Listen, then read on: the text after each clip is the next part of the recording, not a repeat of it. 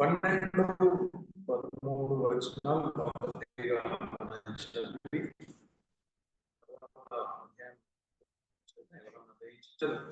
సమాధానం పొంది తోడుకోవడం ఎదుటి పర్వతములను మెట్టలను సంగీతనాలు చేయి పొలంలోని చెట్లన్నీ చప్పట్లు ఇంత చెట్టుకు బదులుగా దేవదారు వృక్షములు ఉత్తగుండి చెట్లకు బదులుగా గొడ్డి వృక్షములు ఇది యెహోవాకు ఖ్యాతిగాను ఆయన కొట్టివేయబడిన నిత్యమైన జ్ఞాపకగాను ఉంటుంది. ఈ చిన్న భాగం మనం చూస్తే అది ఒక పర్వతం గురించి, సంతోషమైన సమయం గురించి మరి మీరు ఎంతమంది వెకేషన్కి ఏమైనా వెళ్ళారో, హిల్ స్టేషన్స్కి వెళ్ళారో నాకు తెలియదు, కానీ ఎక్కడైనా వెళ్ళినప్పుడు అక్కడ ఉన్న సౌందర్యం చూసి ఇక్కడే ఉండిపోవాలనిపిస్తుంది. అలా బాగుంది కదా, ఇంకా కొద్ది రోజులు ఉంటే బాగుంటుంది కదా, లోకం అంతా ఇలా ఉంటే ఎంత బాగుంటుంది కదా అని చెప్పి అనిపించవచ్చు.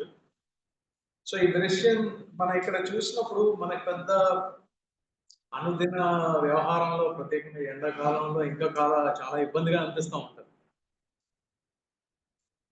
ఇలాంటి ఒక స్థలం ఉండొచ్చా, ఇలాంటి ఒక సమయం వస్తుందా అనే ఒక ప్రశ్న వస్తుంది. కానీ దేవుడు ఇది ఒక వాగ్దానంగా చెప్తున్నారు. సంతోషంతో, ఆనందంతో ఇలా మీరు నడిచే రోజులు వస్తాయి. ఇలాంటి ఒక స్థలం ఉంది అని చెప్తున్నారు. మన ఆది కాండంలో జ్ఞాపకం చేసుకుంటే, ఆదిలో దేవుడు అలాంటి ఒక స్థలంలోనే మనల్ని ఉంచారు. ఏదైనా తోటలో, సౌందర్యంతో కూడిన తోటలో మనం ఉంచాం. కానీ అవిధేయత వల్ల, కేవలం అవిశ్వాసం వల్ల, దేవుడు అంత నమ్మిక ఉంచుకోవడం వల్ల, అవిధేయత వల్ల అదంతా కూడా పోగొట్టేసుకుంది. ఈరోజు ఈ వచ్చిన పరిస్థితులకి అన్నిటికీ కారణం మనం అర్థం చేసుకోవాలి. మనం ఆ కాలంలో ఆదాము అవ్వలు చేసిన పాపం. వాళ్ళు ఏదో చేశారని కాదు, మనం అక్కడ ఉండుంటే మనం కూడా బహుశా అదే చేసాం. కానీ దేవుని ప్రణాళిక ఏదో వాళ్ళెవరో చేయంగానే అంత పాడైపోలేదు. దేవుని యొక్క గొప్ప ప్రణాళిక ఉంది. అంతకంటే ముందు దేవుని యొక్క ఏర్పాటు ఉంది. మానవుల కొరకు గొప్ప ఏర్పాటు ఉంది. మన జీవిత కాలంలో బైబిల్ చదివే మీరు నేను గ్రహించగలుగుతాము దేవుని యొక్క గొప్ప ఒక ప్రణాళిక ఏముందో అనేది.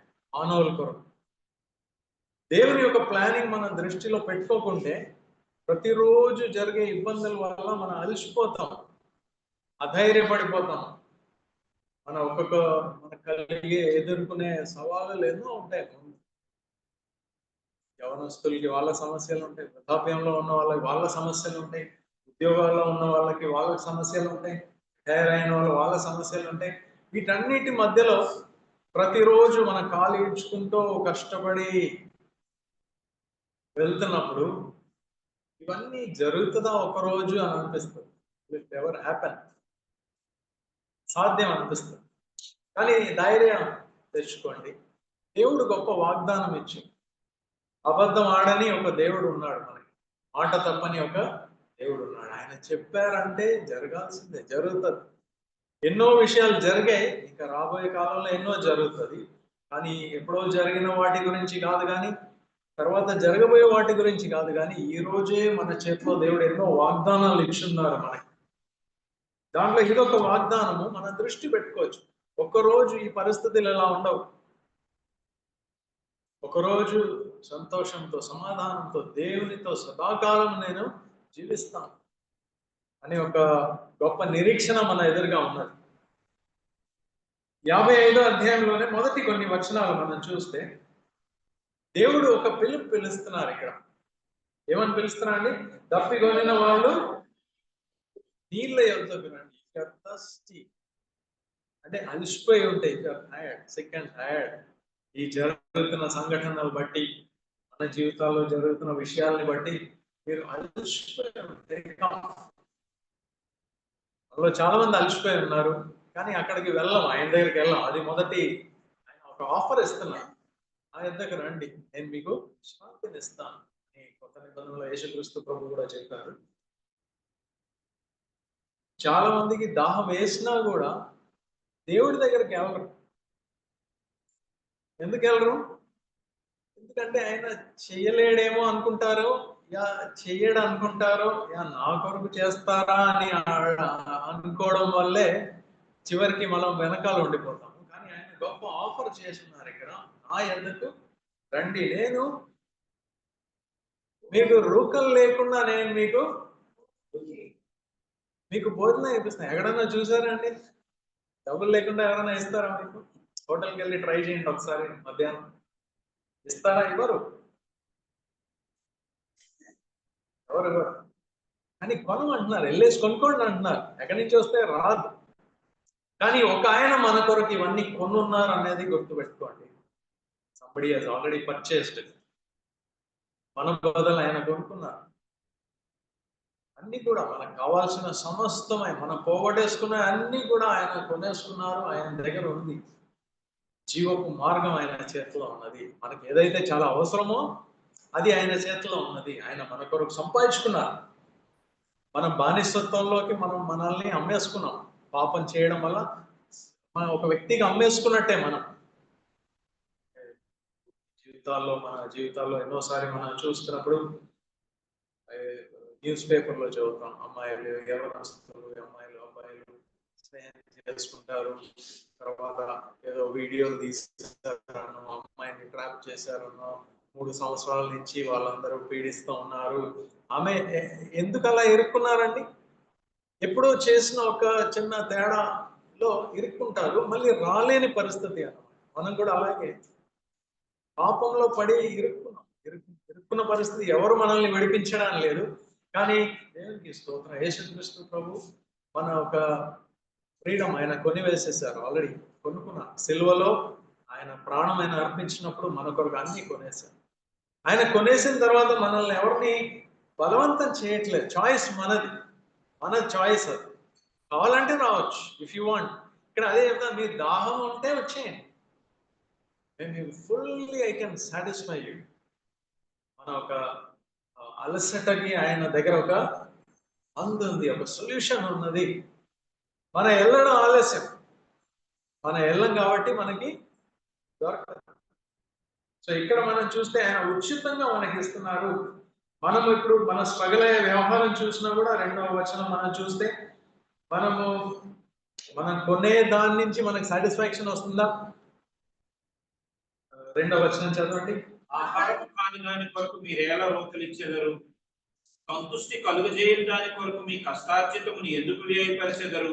మనం ఖర్చు పెడతాం, డబ్బులు ఖర్చు పెడతాం. ఖర్చులన్నీ పెరిగిపోయినాయి లేండి, కాస్ట్ పెరిగిపోయింది, అంత పెరిగింది. ఇవన్నీ సరే, డబ్బులు ఉన్నాయి, కొన్నాము. అయినా సాటిస్ఫాక్షన్ ఉందా? సాటిస్ఫాక్షన్ కూడా లేదు.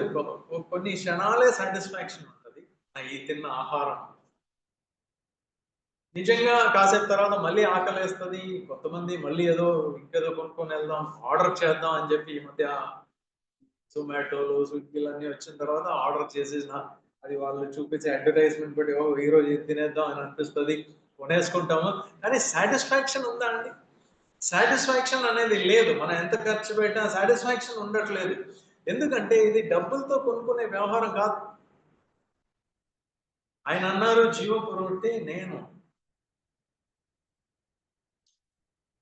ఆయన ఒక రొట్టెని ఎప్పుడైతే మనము తింటామో, ఆయన్ని ఎప్పుడైతే మనము రుచిస్తామో, మన జీవితము మారిపోతుంది. ఇంకా మనం ఎక్కడ చూడక్కర్లేదు. Totally will be satisfied. ఆయనే మనకి జీవం ఇస్తున్నారు. He is the one who gives us life. మనం ఇంకా ఎక్కడ ఏది కొనాల్సిన పరిస్థితి లేదు, తినాల్సిన పరిస్థితి లేదు. 1 పాయింట్ సొల్యూషన్ అన్నమాట ఆయన దగ్గర. రైట్. మన తర్వాత చూస్తే ఆయన చెప్తున్నారు, నా మాటలు మనం వింటే, ఆయన చెప్పిన మాటలు మనం ఆలోచిస్తే మనకు అన్ని కూడా సమృద్ధిగా అనేది ఉంటుందని చెప్తున్నారు. ఆయన 3వ వచనం చూస్తే ఒక నిత్యమైన ఒక నిబంధన మనతో చేయాలని కోరుకుంటున్నారు. దాని గురించి కొన్ని విషయాలు చెప్తున్నారు. అలాగే 6వ వచనము, దేవుణ్ణి మీరు వెతుకుతున్న కాలంలో ఆయన దొరుకుతారని చెప్పి. వెతికితే, ఇఫ్ యూ వాంట్, వెతికితే ఖచ్చితంగా ఆయన దొరుకుతారని చెప్తున్నారు. తర్వాత మనం చూస్తే ఆయన చెప్తున్నారు, మీరు తిరిగి రండి, మీ మీ యొక్క దుష్టులు వాళ్ళ భక్తిహీనులు వాళ్ళ మార్గం 7వ వచనము, వాళ్ళ మార్గము విడిచిపెట్టి దుష్టుడు వాళ్ళ ఆలోచన మానివేసి దేవుడి వైపు తిరిగినప్పుడు ఆయన మన మీద జాలిపడి ఆయన మనల్ని క్షమించును అని రాస్తుంది. మనం అనుకుంటాం మనం క్షమించే కేటగిరీలో లేము. జనరల్ గా ఎవరిని కూడా అంత గమ్మున క్షమించాం. That is one of the Christian ఒక సీక్రెట్స్ అన్నమాట. క్షమించకుంటే మనకు క్షమాపణ ఉండదు. సింపుల్. నేను క్షమించబడాలి, నేను పరలోకానికి వెళ్ళాలంటే కుదరదు. సింపుల్ లాజిక్ ఈజ్ మనం క్షమించబడినట్టు మనం క్షమించకుంటే మనము పరలోక రాజ్యం మర్చిపోండి. ఇక్కడ దేవుడు క్షమించే ఒక దేవుడు ఉన్నారు మనకి. ఆయన చెప్తున్నారు, నా ఆలోచన తలంపులు నాతో వేరు. మీరు ఆలోచన ప్రకారం కాదు నా ఆలోచన. My thoughts are different, my ways are different. ఇది మనం స్పష్టంగా అర్థం చేసుకోవాలి. My thoughts, my ways are different from your. మనం అనుకుంటాం, ఈ దేవుడు నాకు ఎందుకు చేస్తారండి, నాలాంటి వరకు ఎందుకు చేస్తారండి, ఇన్నిసార్లు తిరుగుబాటు చేసిన వ్యక్తి నా కొరకు ఎందుకు చేస్తారండి అంటే పెద్ద ఆన్సర్ ఏం లేదు నా దగ్గర. ఎందుకంటే ఆయన స్వభావం అది, ఆయనలో ఉన్న స్వభావం అది, పెక్యులియర్ క్యారెక్టర్ అన్నమాట. మన మనుషులు మనకి లేదు. ఒకప్పుడు మనకి ఏదైనా తోటలో అది సాధించే ఒక అవకాశం ఉండింది, కానీ మనం పోగొట్టేసుకున్నాం. దాంతో ఈ రోజు ఎవరన్నా మనల్ని ఇష్టపడుతున్నారో ప్రేమిస్తున్నారో 2 మాటలు చెప్తే నమ్మడం అసాధ్యం. కానీ ఇక్కడ ఒక దేవుడు ఉన్నారు, మన పాపములన్నీ కూడా క్షమించి, మీరు ఈ రోజు వరకు చేసిన పాపములన్నీ కూడా ఇంకా ఎన్ని చేస్తామో మనకు తెలియదు, కానీ ఇవన్నీ క్షమించి మనల్ని ప్రేమించడానికి, షరతు లేకుండా మనల్ని ప్రేమించడానికి ఒక దేవుడు మనకు ఎదురుగా is ready to help us. మనకి నమ్మబుద్ధి అవుతుంది. మనం అలా అలా వెంటాడుతున్నారు అంటే దట్ ఈస్ ట్రూ. ఎందుకంటే సింపుల్ లాజిక్ ఇది. మనం ఆలోచించే విధంగా అసలు కానే కాదు. మీరు ఇలా ఆలోచిస్తే ఆయన ఇలా ఆలోచిస్తారు. ఆ తలంపులు చాలా లో లెవెల్లో ఉంటాయి. ఆయన తలంపులు అసలు బియాండ్ ఇమాజినేషన్. ఆయన కొన్ని ఎందుకు చేస్తారో కూడా అర్థం అవుతుంది. కొన్నిసార్లు మనం ప్రార్థన చేయగానే ఎందుకు సహాయం చేస్తారో కూడా మనకు అర్థం అవుతుంది. ఎందుకంటే మనం ఎంతో అటు ఇటు చేసేసి తిరిగేసి ఉంటాము, కానీ ఆయన సరైన సమయంలో హీ హెల్ప్స్. ఎందుకు చేస్తారో తెలియదు. మన అహంకారం చూడండి. మనం నేనేదో గొప్ప వ్యక్తి కనుక ఆయన సహాయం చేశారు, నాకు కాకుండా ఇంకెవరు సహాయం చేస్తారని చెప్పి కొమ్ములు వచ్చేసి మనం ఏవో మాట్లాడేస్తూ ఉంటాం. కానీ దేవుడు డిఫరెంట్ పర్సన్. ఆయన్ని మనం జస్ట్ ఒకటే అంగీకరించాలి. ఆయన మార్గం మన మార్గం వేరు, ఆయన ఆలోచన వేరు, మన ఆలోచన వేరు. ఆయన చెప్తున్నారు చూడండి 10వ వచనంలో, వర్షము హిమము ఏ విధంగా ఆకాశం నుంచి వచ్చి తిరిగి వెళ్ళదో, భూమిని తడపకుండా తిరిగి వెళ్ళదో, అదే విధంగా నా మాట, నా వచనం ఉంటది. అది వచ్చిందంటే, నేను పంపించానంటే అది దేని కొరకైతే పంపించారో అది చేయకుండా తిరిగి రాదు. మనం గ్రహించాలి, ఇది జరిగిన విషయం. ఇది ఆయన మాటని పంపించి, యేసుక్రీస్తు ప్రభు దేవుని వాక్యము శరీరం దారి అయ్యి మన లోకంలో వచ్చి ఎప్పుడు లేని అంతలాగా మనుషుల్ని దేవుడి వైపు తిప్పారు. Change and towards God. ఆయన కార్యం ఇంకా పూర్తి అవ్వాల్సి ఉంది. ఆయన కార్యం ఏంటో తెలుసండి, మిమ్మల్ని, నన్ను, అందరినీ కూడా పరలోకం చేర్చాలి. That is the goal. ఏదో చేర్చడం అంటే బస్ ఎక్కి చేసి అక్కడ చేర్చడం కాదు, కానీ మనల్ని దానికి యోగ్యమైన రీతిగా తొట్టిల్లకుండా ఆయన ఎదుట నిర్దోషులుగా హృదయంలో గొప్ప సంతోషంతో ఆయన ఎదురుగా నిల్చునేలాగా ఆయన చేయగలుగుతారు మన కొరకు. He can do that. అది మనం నమ్మగలగాలి. I think మనకు ఎలా సాధ్యం అండి, ఈ రోజు నా పరిస్థితి ఎలా ఉంది, అసలు అసాధ్యమో అనుకుంటాం, కానీ it is not like that. ఆయన వాగ్దానం ఇచ్చారు. దేవుడు చెప్పిన మాటలు ఇది. ఎవరో చెప్పిన మాట అయితే మీరు నమ్మాల్సిన పని లేదు, కానీ దేవుడు చెప్తున్నారు, నా వాక్కును నేను పంపిస్తున్నాను. ఏ పని కొరకైతే పంపించారో ఆ కార్యము నెరవేర్చే తిరిగి వస్తారు. దీన్ని బట్టి మనం ఎంతో ధైర్యం తెచ్చుకోవాలి. మీరు నేను ఇక్కడ ఈరోజు కూర్చొని ఉన్నామంటే ఎక్కడో మన మన చెవిలో యేసుక్రీస్తు ప్రభు ఒక మాట పడింది, నమ్ముకున్నాము. ఎంత నమ్మకం మనకు తెలియదు, కానీ ఏదో కొద్ది నమ్మకం కుదిరింది. అది ఏదో విధంగా అలా అలా పట్టుకొని ఉండడానికి ప్రయత్నం చేస్తున్నాం. మనల్ని వదిలిపెట్టరు దేవుడు. ఆయన చేతిలో నుంచి ఎవరు మనల్ని బయటికి తీసివేయలేరు. Nothing can take us out of his. So ఇంత గొప్ప దేవుడు మనకి ఎదురుగా ఉండి మనల్ని ఒక ఆహ్వానం పలుకుతున్నాడు. Come come. మనం వెళ్ళాల్సిన ఒక ఒక ఒక డిఫరెన్సే ఉందన్నమాట. ఆ ఒక డిలే ఉంది. విశ్వాసంతో మనం ప్రవేశిస్తే ఆయన మన జీవితాలు పూర్తిగా మార్చి వేయగలిగిన, అసలు ఆయన అలా ఎందుకు చేస్తారో మనకు తెలియదు. ఇది అర్థం అవడం కష్టం. కానీ మనం ఎప్పుడైతే యేసుక్రీస్తు ప్రభు దగ్గర వచ్చి ఆయనతో నడవడం మనం మొదలు పెడితే, బైబిల్లో రాస్తుంది మనకు ఆయన మనస్సు తెలుస్తుంది. One day we have the mind of Christ అని రాస్తుంది. మనకు ఆయన మనస్సు ఉంది. ఈ రోజు లేకపోవచ్చు.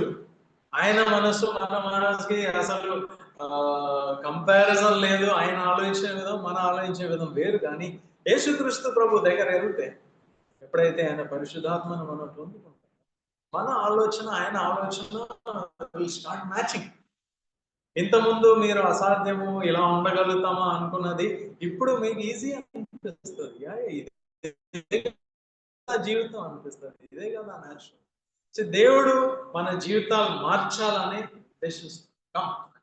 మీకు దాహం అంత ఇంట్రెస్ట్ ఉంటే, నేను బలవంతం చేయట్లేదు, రండి అంటున్నారు. రండి రండి, come to me, it is free, I have purchased it for you. ఇది మీకు ఇంత సింపుల్ ఒక మాట కదా. కమ్.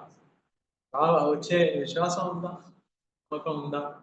దేవుడు మన జీవితాలు మార్చివేయడానికి రైట్. కొద్ది మాటలు దేవుడు దీవించడం కాక ఈ మాటల్ని బట్టి మనము